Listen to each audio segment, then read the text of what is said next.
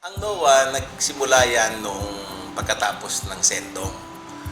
Pagkatapos ng Sendong, ang naisip ng gobyerno through Secretary Montejo ng DOST ay gamitin yung mga research and development products or development ng lahat para integrate, para magamit sa ating disaster risk reduction efforts ng bansa.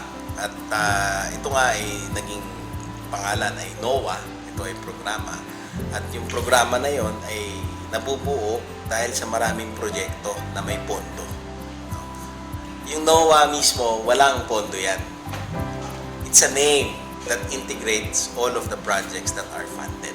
At ang model din yan ay ang multidiscipline.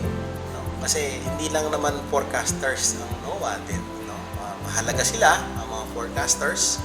Pero sa disaster efforts, kailangan natin ng maraming mga minds. Kailangan natin ng, kasi issue ito ng survival.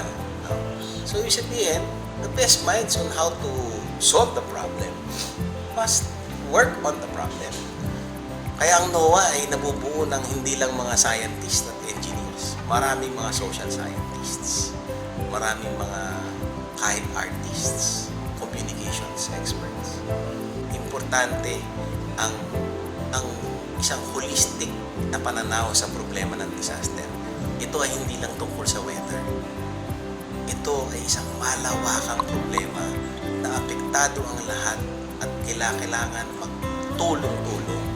Hindi lang yung mga akademiko sa iba't ibang disiplina, hindi ang mga practitioners, ang mga mayor, ang individual, lahat kailangan kasama. At para magawa mo yung programang yun, kailangan mo ng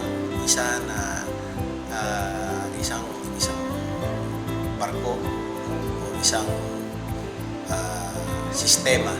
Pwede mong isipin na yung barko na yun ay sistema na sinasakop lahat yun, na sinasama lahat yun para ang ating tahak ng landas laban sa dilubyo ay ligtas.